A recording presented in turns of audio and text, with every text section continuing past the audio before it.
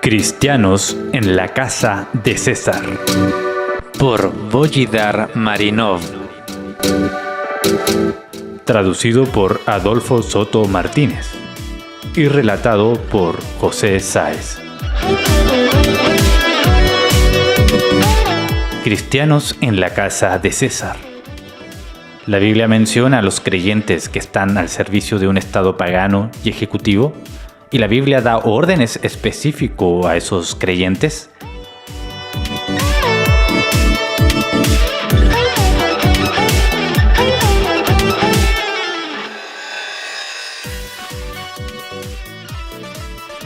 Sean muy bienvenidos al episodio 64 del podcast El hacha puesta a la raíz. Producción Salón de Guerra.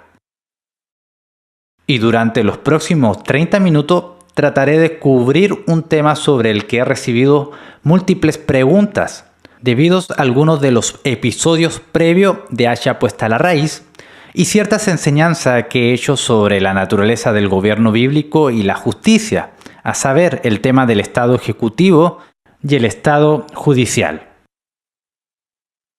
Para aquellos oyentes que no están familiarizados en detalle con esas enseñanzas, quiero darle un breve resumen de ellas. Para llegar al punto, el gobierno civil que la Biblia prescribe es estrictamente judicial, es decir, está completamente dedicado a cuestiones de justicia y nada más. En la Biblia, el gobierno civil es solo los tribunales, lo que significa que es en gran parte pasivo e inactivo, y solo se desencadena cuando hay una disputa entre partes privadas que por una razón u otra no pueden resolverse mediante arbitraje privado, o cuando hay un crimen y la víctima del crimen o sus representantes piden justicia. Por lo tanto, en la ley de Dios, la única función de los magistrados es ser jueces, nada más.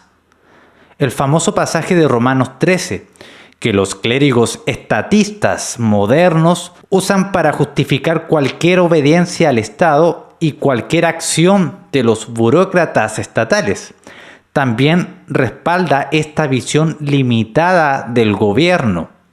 Específicamente dice que los gobernantes civiles deben tener autoridad, miedo en el término bíblico, solo sobre los malhechores, no sobre los que hacen el bien. Así que por lo tanto Romanos 13 no describe a nuestros gobiernos modernos.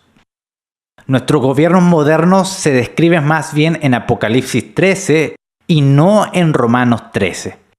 Los servidores públicos legales, por lo tanto, son solo aquellos que sirven a los tribunales en sus funciones, nada más, como los sheriff en la América colonial y la República estadounidense temprana. Todas las otras funciones de seguridad, protección y mantenimiento del orden fuera de la disputa y crímenes se dejan a las personas y a la comunidad, no a los matones del gobierno especializado. La ley también acusa al gobierno de la responsabilidad o de hacer la guerra, pero según la ley, las guerras no son parte de las políticas ejecutivas, son parte del poder judicial, es decir, restaurar la justicia y castigar a los criminales extranjeros de la misma manera en que se juzga a los delincuentes nativos. Es por eso que en Israel fueron los jueces quienes declararon la guerra y condujeron a las tropas a la batalla. Y cuando Israel se convirtió en una monarquía, se suponía que los reyes declaraban la guerra solo en su calidad de jueces, es decir, para restaurar la justicia, no para agrandar sus dominios o sus tesorerías. Tal visión del gobierno como estrictamente judicial es la única visión que realmente mantiene un gobierno limitado. Cualquier otro punto de vista conducirá necesariamente a un gobierno en expansión. hasta que el Estado controle todos los aspectos de la vida. Hoy tenemos en Estados Unidos y en el mundo occidental un aspecto y una práctica del gobierno diferentes. El concepto del Estado ejecutivo. Bajo ese concepto, el Estado es una corporación con su propia visión, ambiciones y metas, objetivos para la sociedad y a su futuro. Y por supuesto, su propia política y su propio negocio. Sin embargo, a diferencia de las corporaciones privadas, el Estado no tiene clientes. O más bien tiene cliente entre comillas, sino en el antiguo sentido romano, como en sujetos legalmente dependientes. Porque no vende ningún producto o servicio real, solo tiene sujetos. Su único producto o servicio es el poder puro, el poder que según la ley de Dios se supone que permanece latente hasta que lo necesita. Y luego solo se despierta para el caso específico que se necesita. Y luego pasa a su estado latente nuevamente. En la Biblia, el poder se da a no ser utilizado excepto como último recurso. Pero en la religión política del Estado moderno y en la religión política de muchos grupos cristianos modernos, el poder no utilizado es el poder despreciado. Debe usarse para lograr fines distintos de la justicia a fin de justificar su existencia. Por lo tanto, tenemos el Estado como una corporación con sus propias metas y propósitos. Y tenemos la mercancía que produce, el poder. Y tenemos sus sujetos, que son la única fuente de recursos disponible para los propósitos del Estado. La conclusión lógica puede ser solo una, a saber, que el Estado debe usar su poder para obligar a sus sujetos a trabajar o contribuir con sus recursos para las metas y los propósitos del Estado. Esto es lo que es el Estado ejecutivo. Tiene por defecto controlar y regular cada actividad en la que participan sus sujetos, para asegurarse de que cada actividad en la sociedad sirva a los propósitos del Estado. El Estado moderno, por lo tanto, no se describe en Romanos 13, sino en Apocalipsis 13. Y hace que todos, los pequeños y los grandes, y los ricos y los pobres, y los hombres libres y los esclavos, reciban una marca en su mano derecha o sobre su frente. Y él estipula que nadie podrá comprar o vender excepto el que tenga la marca, ya sea el nombre de la bestia o el número de su nombre. Versículos 16 y 17 de Apocalipsis 13. No importa cuál sea tu interpretación escatológica de Apocalipsis 13. Este pasaje describe claramente la naturaleza del estado bestial. Y mirando al mundo de hoy podemos ver claramente que cada estado en el mundo de hoy es una bestia, incluyendo a los Estados Unidos. Por esta razón, mi argumento ha sido que una parte importante de la resistencia cristiana y la visión cristiana del gobierno civil justo es que el Estado ejecutivo debe irse. La autoridad ejecutiva en la Biblia, es decir, la autoridad para administrar recursos, establecer y alcanzar objetivos para el futuro y establecer política y propósito para esos recursos, se otorga a la familia y las personas, no al Estado. No hay poder en la Biblia dado al Estado para declarar ilegal o regular o permitir o prohibir cualquier actividad de individuos que la Biblia no haya declarado un crimen. Desde el consumo de sustancia a través de la venta y compra, a través de las compañías que inician, contratando trabajadores y siendo contratado como trabajador, a través de las decisiones para ahorrar o gastar, a través del cruce de fronteras nacionales en busca de una vida mejor, y a través de decisiones de corporaciones voluntarias con otras personas sobre cualquier tipo de proyecto económicos o no económicos, etc. No se le da ningún poder al gobierno en la Biblia para controlar a las personas que no son criminales bajo el pretexto de la seguridad. No se le da ningún poder al gobierno para crear clases especiales de matones uniformados a quienes se le otorga el privilegio ejecutivo de robar la vida, la libertad o la propiedad de otras personas con el propósito de mantener el orden. El orden, la seguridad, la prosperidad, las inversiones, el empleo, la inmigración, la educación, el futuro, etc. son prerrogativas de la comunidad de individuos libres. La única autoridad que la Biblia le permite al gobierno civil es la área de justicia, nada más. Por lo tanto, la policía, los ejércitos permanentes, la burocracia gubernamental, las restricciones a la inmigración, las agencias reguladoras, las agencias educativas, las agencias de impuestos, incluidos los distritos escolares, los guardas de juego, son todos inmorales e ilegales en lo que respecta a la Biblia. Ellos son claramente parte del reino de la bestia de Apocalipsis 13, no parte del gobierno civil piadoso en Romanos 13. Porque se les da poder no solo sobre criminales, sino sobre miembros no criminales de la sociedad también. No hay necesidad de cavar más profundo aquí. Y todos ustedes pueden encontrar esas conferencias que he hecho.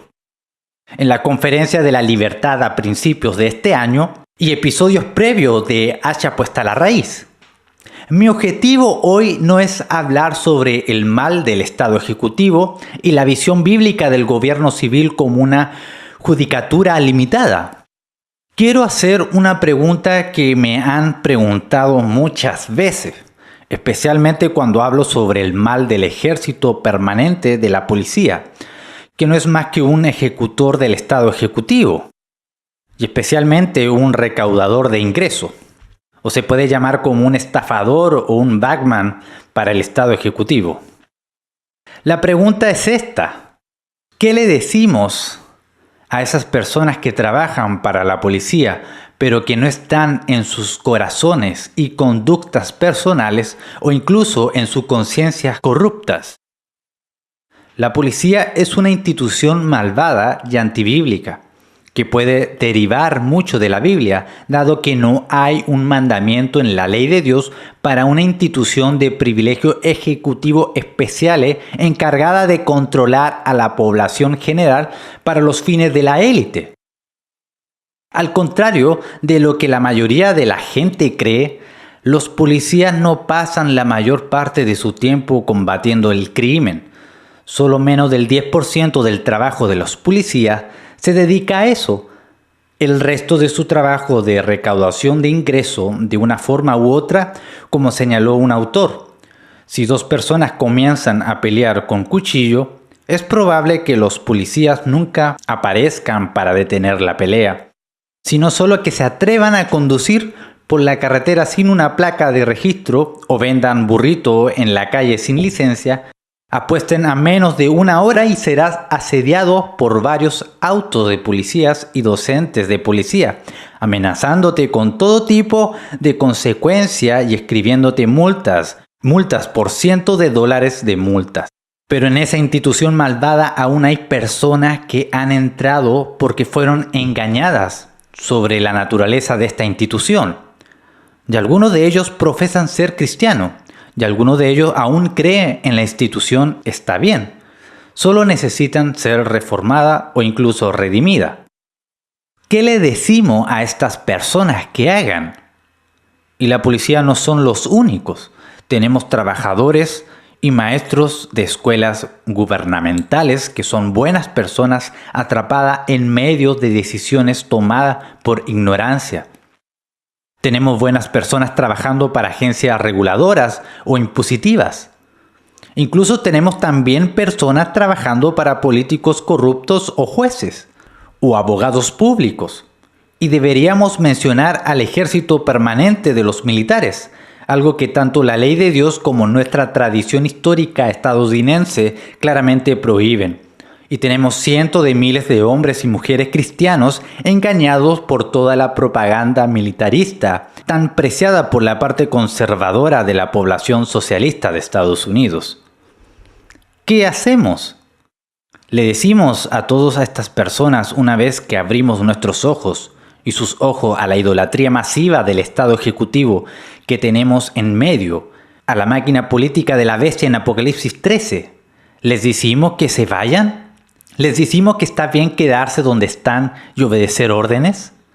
¿Cómo podemos enseñar Romanos 13, la visión del gobierno, un poder judicial limitado, y sin embargo abordar el tema de los cristianos que trabajan para el actual estado pagano de Apocalipsis 13 en todas sus diferentes manifestaciones? ¿A la máquina política de la bestia en Apocalipsis 13? ¿Les decimos que se vayan? ¿Les decimos que está bien quedarse donde están y obedecer órdenes? Llamo a esto el problema de los cristianos en la casa de César, según la frase usada allí en Filipenses 4:22. Dice así: todos los santos te saludan, especialmente los de la casa del César. Pablo escribe esta carta desde Roma y usa la palabra griega oikia, es decir, no familia inmediata, sino hogar, en el sentido económico de la palabra, que incluye a todos los que de una forma u otra depende del hogar personal o de las empresas del emperador gobernante. Esto incluía a la familia inmediata del emperador, pero también a sus esclavos y sirvientes, a sus hombres libres, entre comillas, es decir, esclavos liberados, y a sus clientes. Ahora, los clientes en Roma no significaban la misma palabra que significa hoy. Para tener una mejor idea del significado de esta palabra, busque la relación patrón-cliente en la antigua Roma. En general, la frase hogar del César significaba que todos los que de una forma u otra dependía económica y judicialmente de la familia del emperador. La pregunta ahora es, sin embargo, ¿por qué estoy usando esta frase en relación con las agencias gubernamentales ejecutivas modernas si hoy no hay ningún César ni existe una familia gobernante? Porque la ideología subyacente y el principio de existencia y operación del Estado ejecutivo moderno es el mismo que el de los estados paganos de la antigüedad. Las antiguas monarquías, y no solo las antiguas, sino también la mayoría de los monarcas de la historia, como debería ser conocida por cualquier estudiante de historia, gobernaron su dominio de la misma forma en que un dueño de casa gobierna su casa. Fustel de Coulanges, en su estudio asombrosamente bueno de la civilización clásica, la ciudad antigua, señala el hecho de que la polis griega, como una entidad política, y más tarde el Imperio Romano, surgió no como una nueva forma de gobierno, sino solo como una extensión, o mejor dicho, como una imitación de la familia antigua. Justo cuando el padre de la familia reinaba sobre sus hijos y sus esclavos, el monarca gobernaba sobre sus súbditos. Pero dado que cada entidad política necesita no solo un gobernante, sino también un sistema de burocracia para controlar y administrar los recursos a disposición del Estado. Los antiguos monarcas necesitaban burócratas leales para controlar y gestionar. Solo hay una forma de tener burócratas leales, y es decir, hacerlo depender económicamente del gobernante, como sirvientes en el hogar. Bajo la República, las posiciones del gobierno se votaron a los miembros de la clase patricia. El proceso de votación finalmente se volvió corrupto, no hay ninguna duda al respecto, pero todavía era un proceso que al menos suponía una cierta separación entre las empresas privadas y los deberes públicos, y al menos puso algunas restricciones y amenazó con enjuiciar por abuso de poder. Julio César comenzó la guerra civil porque le pidieron que renunciara a su mando militar y compareciera en Roma para ser enjuiciado. Una vez que el imperio fue prácticamente proclamada en el año 45 a.C., con la proclamación de César para el dictador de por vida, inmediatamente comenzó a reemplazar los elegidos patricios en puestos de gobierno con burócratas designados, y todos ellos miembros de su propia casa, incluidos sus esclavos liberados. El imperio, que en esencia era un estado ejecutivo, continuó reemplazando a los estadistas elegidos por sirvientes domésticos. Y para la época de Constantino, todo era una burocracia gigantesca, sin verdaderos servidores públicos. Cuando Pablo estaba escribiendo su carta, el proceso estaba en marcha, e incluso en esa época temprana escribía bajo el reinado de Nerón. Gran parte del gobierno del imperio estaba destinado a los miembros de bajo rango de la casa del César. Cuando Pablo estaba hablando de los de la casa del César, él estaba hablando de lo que hoy se describiría como servidores públicos, burócratas, administradores de bajo nivel, policía, agencias reguladoras y tributarias, etc.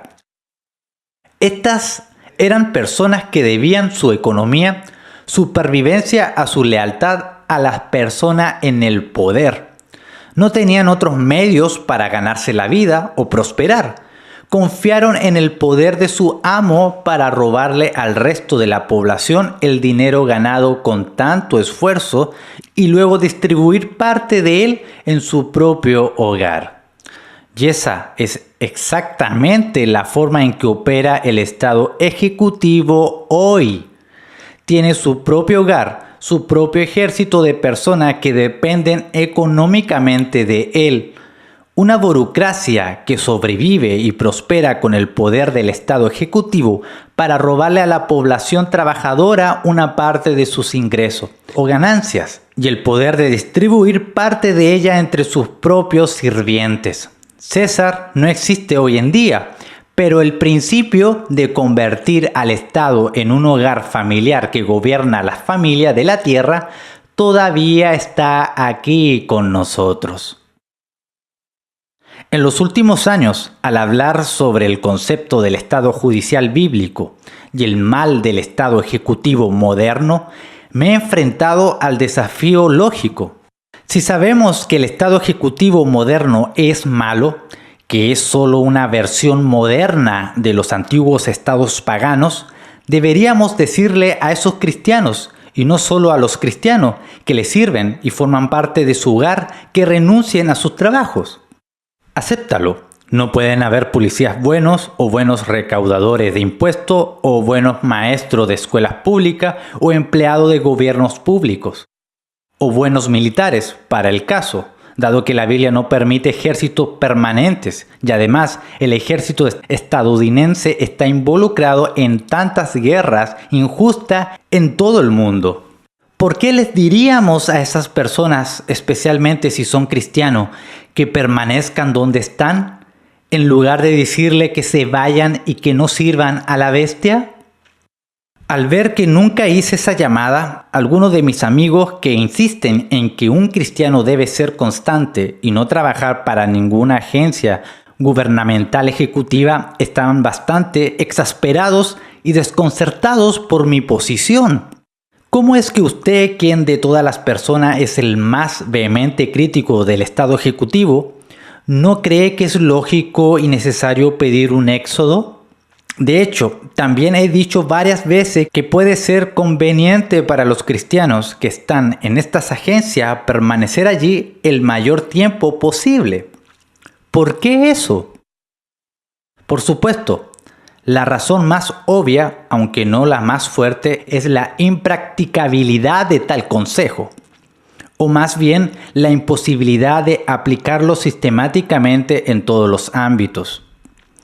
De acuerdo, podemos aplicarlo de alguna manera en una economía mixta en la que, mientras el gobierno controla una cierta porción del mercado y la economía, otras partes se dejan en manos de alguna forma de iniciativa privada. Como en los Estados Unidos, cualquiera puede decidir dejar su trabajo en el gobierno e ingresar al negocio privado. Y de hecho, en la mayoría de los casos, su posición económica mejorará al hacerlo. Entonces realmente no es un gran sacrificio. Bueno, tal vez lo único que se sacrifica al dejar su trabajo en el gobierno es la relativa seguridad del trabajo.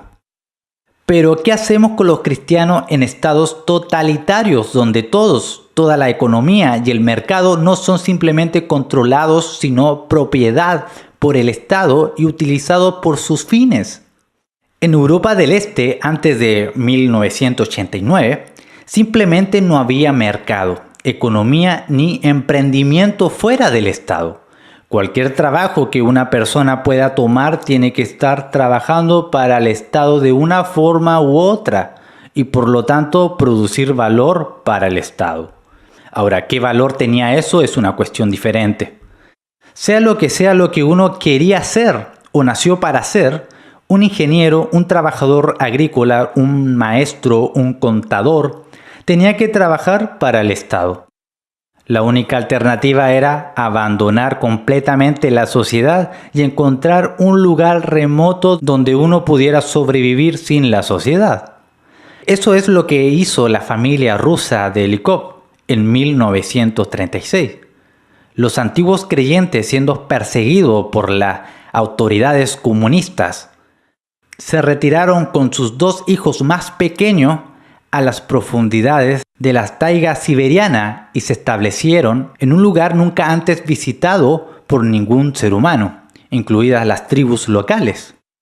Otros 2 niños nacieron mientras vivían en aislamiento y la familia sobrevivió año tras año con grandes dificultades hasta que fueron descubiertos por geólogos 42 años después. ¿Pero es este el camino para una familia cristiana? Y específicamente para una familia reformada que vive bajo un régimen totalitario. ¿Podemos exigir constantemente que los cristianos cumplan con la gran comisión para expandir el reino de Dios en cualquier circunstancia y sin embargo exigirle opciones de vida que en cierto contexto institucionales los harán impotentes o incluso los condenarán al hambre? Habiendo vivido bajo el comunismo y sabiendo lo que es, no puedo decir a nadie que deban dejar su trabajo para el gobierno o tratar de encontrar otro medio de supervivencia. Si no puedo hacerlo con un cristiano cubano, norcoreano o venezolano. Pero esta es una consideración práctica y ciertamente puede ser un argumento débil. La consistencia tal vez a veces puede ser superada por circunstancias extraordinarias. Quizás el último argumento fuerte, sin embargo, sería un comando o ejemplo bíblico. La Biblia menciona a los creyentes que están al servicio de un estado pagano y ejecutivo. ¿Y la Biblia da orden específico a esos creyentes? Resulta que sí. Y el pasaje donde lo hace es bastante claro y se aplica bastante bien a nuestra situación moderna. Ese pasaje es Lucas 3, del 12 al 14, donde los recaudadores de impuestos y los soldados le preguntaban a Juan el Bautista qué deberían hacer ahora como personas arrepentidas y bautizadas. Leamos el pasaje. Vinieron también unos publicanos para ser bautizados y le dijeron: Maestro, ¿qué haremos? Él les dijo: no exijáis más de lo que os está ordenado. También le preguntaron unos soldados, diciendo: ¿y nosotros qué haremos? Y les dijo: no hagáis extorsión a nadie, ni calumniéis, y contentaos con vuestro salario. Lucas 3, del 12 al 14. Recaudadores de impuestos y soldados.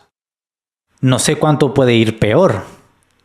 Los mafiosos del imperio y los que chuparon la sangre de la población del imperio para alimentar a la bestia. Fueron estas 2 categorías, los recaudadores de impuestos y los soldados, quienes se aseguraron de que nadie que no tuviera el signo de la bestia, un permiso o un certificado de impuesto pagado, pudiera comprar o vender, y estos tipos vinieron a ser bautizados. Imagine el nervio. Y lo que es peor, Juan el Bautista no los rechazó. En realidad, los bautizó y luego cuando le preguntaron qué hacer, no les dijo: renuncia a sus trabajos. Sorprendentemente, a pesar de que es lógico que él les diga que renuncie a su trabajo al servicio de la bestia, no solo no lo hizo, sino que también les dio reglas éticas sobre cómo hacer su trabajo. No es como si el Imperio Romano fuera un estado totalitario donde todo era propiedad del Estado y por lo tanto cada trabajo estaba funcionando para el Estado. A las personas se les permitía ser trabajadores libres, se les permitía tener su propio negocio. Entonces, ¿por qué Juan no les dijo a estas personas que abandonaran sus trabajos? También es interesante ver qué instrucciones éticas les dio. A los recaudadores de impuestos les dijo: no recojan más de lo que se le ordena. Ahora, antes de que algunos estatistas decidan usar como una prueba de que la Biblia justifica cualquier impuesto y cualquier tasa de impuesto, no es así. Estas fueron instrucciones para personas en una posición más baja, cuyo único poder era decidir cuánto recaudarían. Ellos no fueron los que ordenaron qué impuestos deben ser recaudados. Ellos fueron los que cumplieron las órdenes. Es decir, si se daba una orden de que una familia debía pagar una suma específica, el trabajo del recaudador de impuestos era contar a la familia en su distrito y tomar el dinero de ella. Usando el poder del Estado, es decir, los soldados, si es necesario. Ahora, en ese momento, los recaudadores de impuestos aparentemente tenían la misma tendencia que los recaudadores de impuestos hoy en día. Siempre tenían la tentación de usar su poder para extorsionar más a la población indefensa de los que se ordenaba. Por supuesto, con el propósito de alinear sus propios bolsillos. Excepto que en ese momento la práctica era bastante ilegal, al menos en los libros.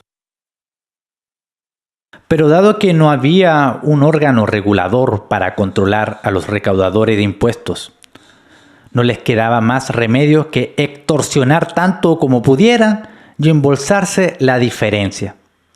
En los Estados Unidos de hoy, las instrucciones de Juan a estos recaudadores de impuestos son que no deberían cobrar más de lo que se les ordena.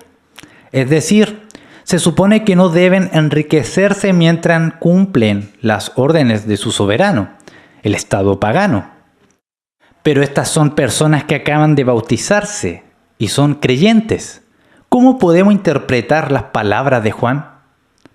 ¿Cuál es la cosmovisión?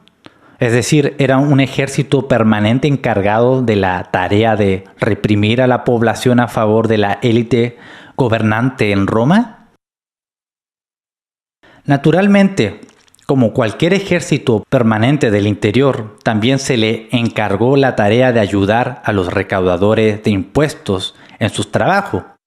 No es diferente a la policía moderna. Los policías modernos pasan más del 90% de su tiempo recaudando ingresos y solo el 5% luchando contra el crimen. Al igual que los policías modernos, las policías de la época estaban sujetos a las mismas tentaciones y cometían los mismos pecados y crímenes. Debido a esto, Juan les advirtió contra esos pecados y crímenes. No le quites dinero a nadie por la fuerza, confiscación de bienes, multa, etc. No acuses falsamente a nadie, sembrando prueba, policía que se hacen pasar por delincuente, mintiendo en la corte, etc. Y estar satisfecho con su salario. Corrupción, soborno, usar su poder para dirigir empresas delictivas, etc. Obviamente, los policías en ese momento eran exactamente como los policías de nuestro tiempo.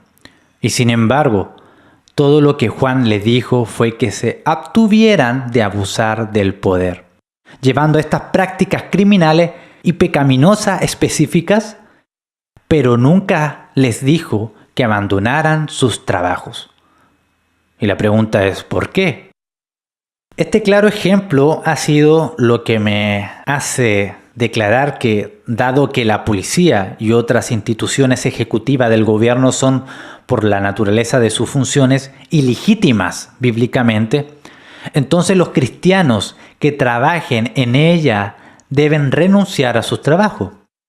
Si Juan no les dijo a los recaudadores de impuestos y a los soldados de su tiempo que renunciaran, no tengo el mandato bíblico de decirle a los policías modernos, maestros de escuelas gubernamentales, agentes de IRS, agentes de agencia reguladora, etc., que renuncien a su trabajo. Y eso debe ser claro. Ahora, nada de esto significa que las instituciones para las que trabaja son legales o necesarias desde una perspectiva bíblica. El Estado ejecutivo romano era la bestia y el Estado moderno es la bestia. Y sus instituciones ejecutivas son ilegales y deben ser abolidas, todas ellas, tan pronto como sea posible, preferiblemente el día de ayer. Que un cristiano permanezca trabajando en ellos es legal bíblicamente siempre que el individuo sea consciente del pecado institucional prevaleciente en esa situación. Y siempre que tome medida para no practicar en él. Pero, ¿por qué debería un cristiano permanecer en tal institución? La única respuesta posible es porque allí cumple un propósito importante en el reino de Dios en la historia. Pero, ¿cuál es ese propósito? Ciertamente no es racional para sus palabras dentro de esa cosmovisión. Él dijo lo mismo a los soldados. Los soldados, por supuesto, en el Imperio Romano no eran solo militares.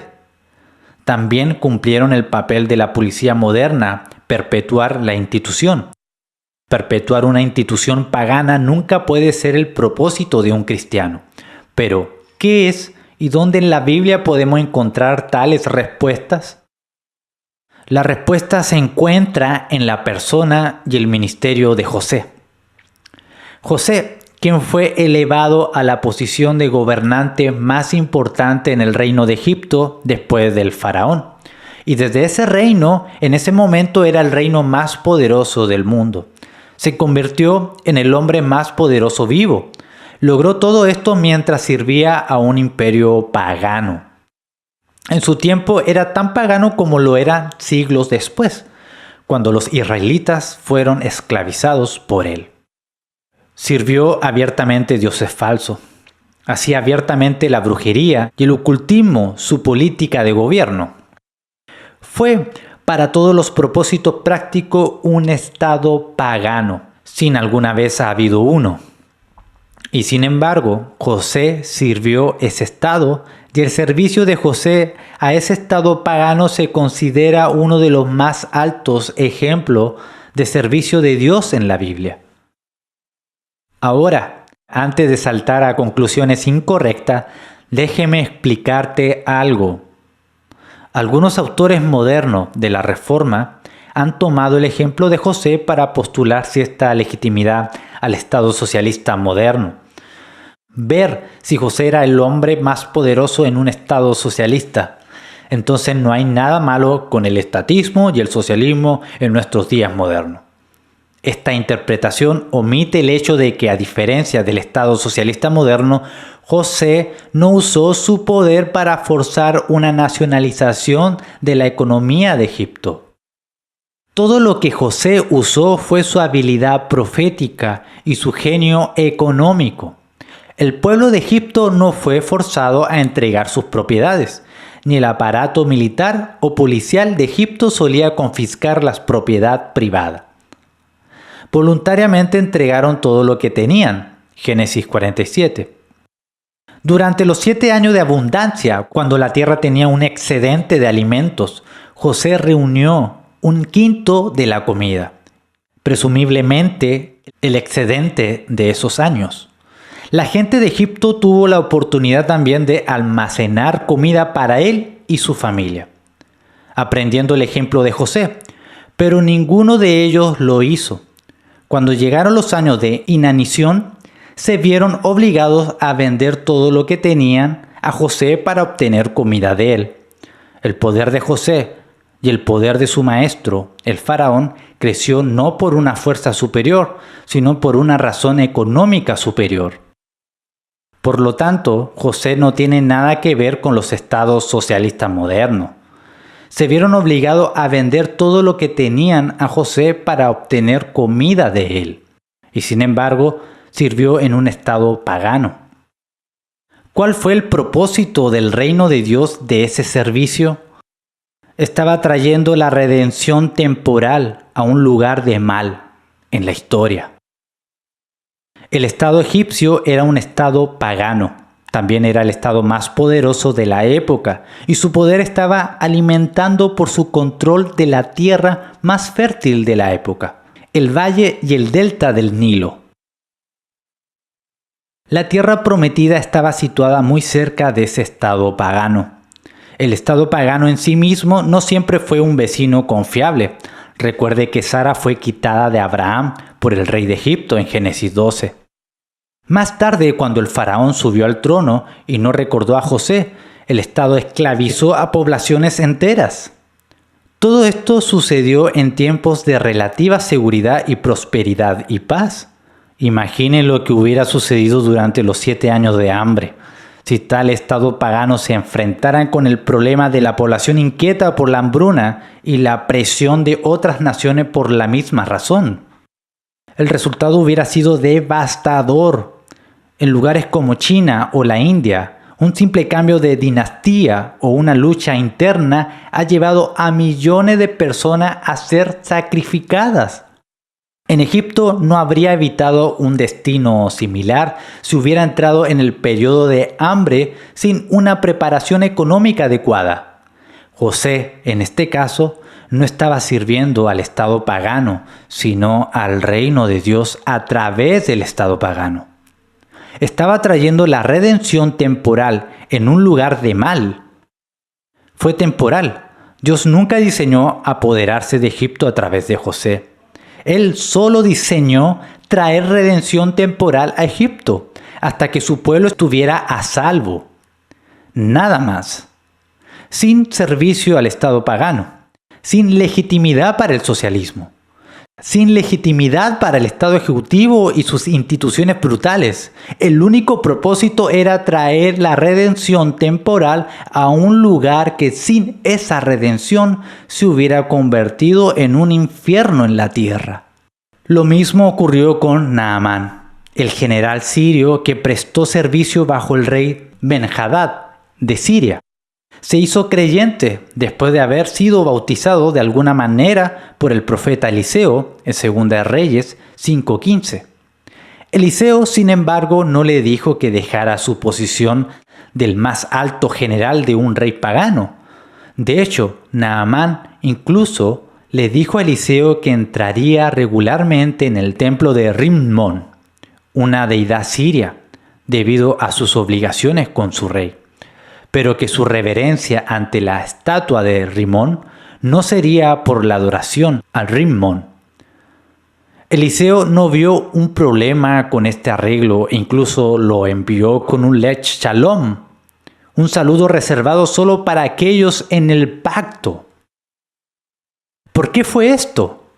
Si bien la respuesta no se da explícitamente, vemos que durante el reinado de Ben-Hadad, Siria, que en ese momento era el reino más poderoso de la región, era amiga de Israel, y Ben-Hadad honró a los profetas hebreos como hombres de Dios. Ver 2 Reyes 8. Aparentemente, la influencia del creyente en Naamán se sintió en la corte siria. Dios tuvo una misericordia temporal por Israel, antes de permitir que todo el infierno se desatara. Todo el infierno se desató y vemos la verdadera naturaleza del paganismo sirio cuando Hazael, un hombre que fue ungido por Elihab en 1 Reyes 19:15 y profetizado por Eliseo en 2 Reyes 8, asesinó a Ben-Hadad y se convirtió en rey de Siria. Una vez más, la influencia de un creyente en un gobierno pagano era obvia. Un respiro temporal de la plena manifestación del infierno en la tierra. y ciertamente no es un respaldo de los gobiernos paganos y las prácticas políticas y judiciales paganas.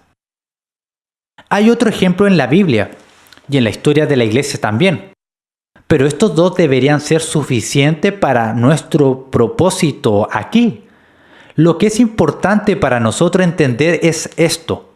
Dios no ordena a todos los siervos de los gobiernos paganos que abandonen sus puestos al convertirse en cristianos. Él nos desalienta a los cristianos de unirse a gobiernos paganos como siervos o incluso gobernantes. Sí, incluso cuando se unen a una institución que es en su propósito e intención una institución malvada.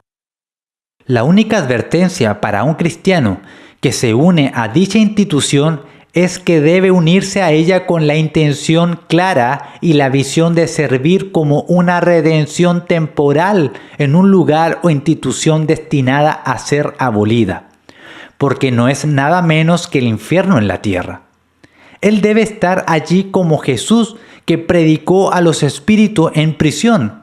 1 Pedro 3:19. O mejor aún, siguiendo a 1 Timoteo 4:10, todas las personas, especialmente aquellos que creen. Ahora, obviamente hay algún tipo de salvación para aquellos que no creen, aunque no es la especial que obtenemos. Esta salvación general o redención temporal es la que se supone que debe hacer un siervo de Dios. No perpetuar un gobierno pagano, sino socavar un gobierno pagano en sus propósitos y agenda, y disuadir el pleno desencadenamiento de su potencia de maldad e injusticia. Los policías y los recaudadores de impuestos y otros funcionarios del gobierno de hoy no son diferentes de los que fueron en el Imperio Romano. Usan su posición para robar y destruir. Divisiones enteras dentro de los departamentos de policía están especializadas en testimonios falsos. Aquello en que los policías están entrenados para hacerse pasar por narcotraficantes que empujan droga a las personas con el propósito de arrestarlas después de eso. Sí, por supuesto, simplemente no plantan evidencia para justificar arrestos. La policía, contrariamente a lo que dicen, no luchan contra el crimen. Más bien, el 90% del trabajo de la policía moderna es la recaudación de ingresos para los gobiernos locales, lo cual no es diferente de cobrar más dinero de lo que se le ordena. Más del 40 y 50% de los presupuestos de muchos gobiernos locales, departamento de policía y oficina de sheriff provienen de multas y de la forma moderna de robo de autopista llamada pérdida de activos. Deja que se hunda. Puede ser que pensemos que nosotros, como votantes, votamos cuánto debería ser nuestro impuesto. Pero en realidad, los burócratas no elegidos, o lo que es peor, los burócratas no electos con armas y distintivos, realmente deciden cuánto nos van a extorsionar. Y es más del doble de lo que votamos. Esta es exactamente la forma moderna de lo que Zaqueo hizo antes de arrepentirse, usando la fuerza del gobierno para extorsionar a la gente por dinero. Y esto es exactamente lo que Juan el Bautista advirtió a los recaudadores de impuestos y a los soldados otra vez. No fuerces a nadie y haz no tomar más del ordenado. Ordenado hoy significaría lo que fue votado, dado que el soberano oficial es el votante. Hemos visto, en tanto ejemplo, que los policías ni siquiera son superiores al asesinato de personas inocentes sin ninguna razón, y los tribunales los apoyan. Pero todos los propósitos prácticos, nuestro gobierno moderno es tan bárbaro y cruel y pagano como cualquier gobierno de la antigüedad. ¿Cuál sería la razón para que un cristiano entonces permanezca en tales instituciones o incluso se una a tales instituciones? ¿Cuál es la razón bíblica? Traer redención temporal a una institución que eventualmente será abolida. Pero mientras tanto, no restringida, puede caer el infierno en la tierra. El propósito de los cristianos en la casa de César debe ser sabotear la casa de César en su naturaleza y objetivos paganos, utilizar su poder para negarse a implementar los aspectos perversos de su policía. En tiempos de desastre, los cristianos en la casa de César deben ser entrenados y enseñados a actuar como José, tomar el control para evitar que los paganos en el poder actúen como paganos y llevar el orden de Dios a situaciones que de otro modo se desintegrarían en el caos. Los recaudadores de impuestos cristianos deben usar su posición para sabotear la recaudación de impuestos tanto como puedan. Recaudar más del 10% en impuestos es idolatría y una afrenta a Dios. Por lo que usar la posición de uno para lograr cualquier disminución en la carga impositiva sobre individuos y compañía es una meta digna para un cristiano en cualquier agencia tributaria. Los cargos adicionales deben ser saboteados. La acción judicial contra los contribuyentes debe ser saboteada. Y en tiempos difíciles, cuando las empresas y las personas sufren tanto recesiones económicas como la opresión del gobierno, los recaudadores de impuestos deben cumplir su juramento a Dios, rehusándose deliberadamente a implementar políticas que pongan aún más carga sobre las familias y negocios afectados.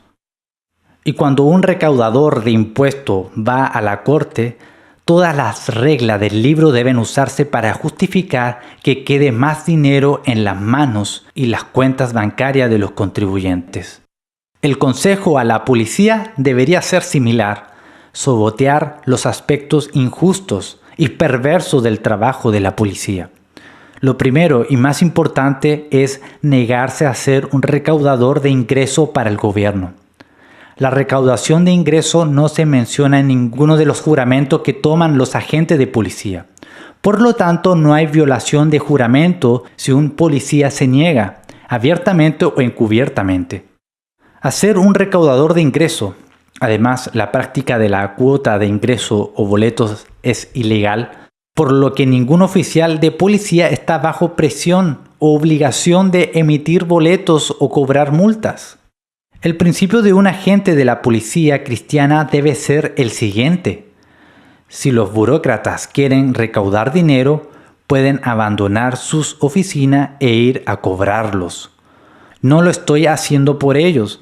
También es necesario decir que un oficial de policía debe negarse deliberadamente a involucrarse en toda la inmoralidad, y se les enseña a los policías falsos testigos, plantar pruebas o asesinar, usar la fuerza e incluso detener a personas que no hayan cometido ningún delito.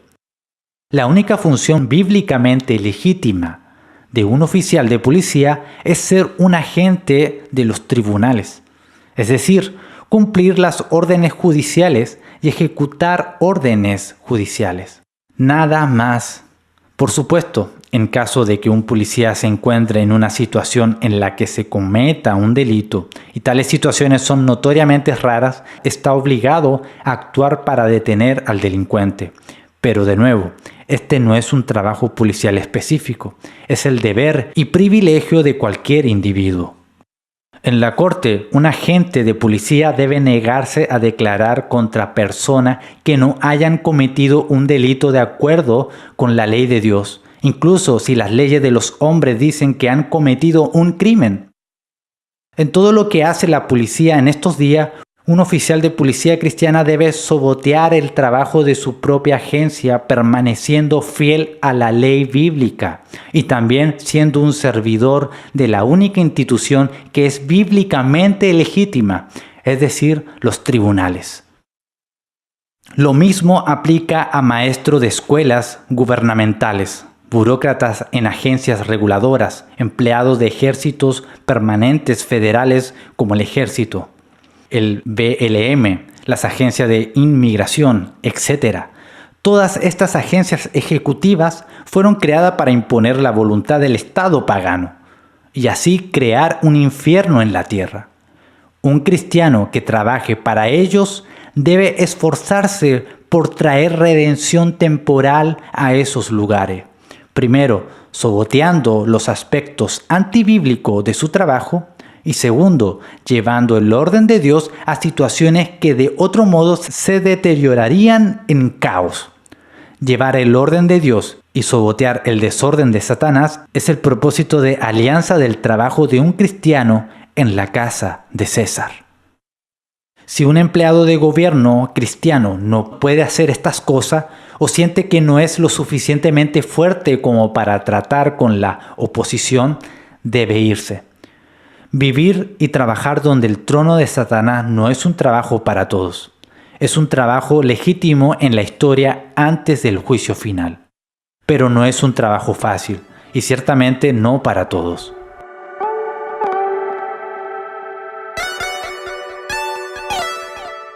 El libro que recomendaré esta semana es Los mejores años de Joseph Goon, de 1945 al 1950. El libro cubre el problema de los veteranos de la Segunda Guerra Mundial que regresan y su propensión a la violencia. Pero también muestra el conflicto entre los GI que regresan y los estados sureños demócratas gobernados por los jefes, incluyendo la Batalla de Atenas, TN en 1946. Presta atención el papel de la policía en estos eventos. Descubrirá que la policía nunca ha estado del lado de la justicia. Siempre ha estado del lado de los gobiernos corruptos. Si no hubiera sido por la superioridad militar de los soldados sobre la policía, hasta el día de hoy los estados del sur habrían permanecido corruptos y controlados por los jefes de partido como los países del tercer mundo. Pero incluso hoy, la policía sigue sirviendo a los jefes de los partidos corruptos. Y dado que hoy no tenemos GI en números tales como después de la Segunda Guerra Mundial, la única fuerza restrictiva en nuestra sociedad son los cristianos, que han servido o sirven en la policía. Y recuerden en sus oraciones y ofrendas Ministerios de Reforma Búlgaros, una organización de misión comprometida a llevar el Evangelio completo y comprensivo a Europa del Este, no solo salvando almas, sino también redimiendo a la sociedad por el reino de Dios, predicando la ley de Dios y la redención de Jesucristo a cada área de la sociedad.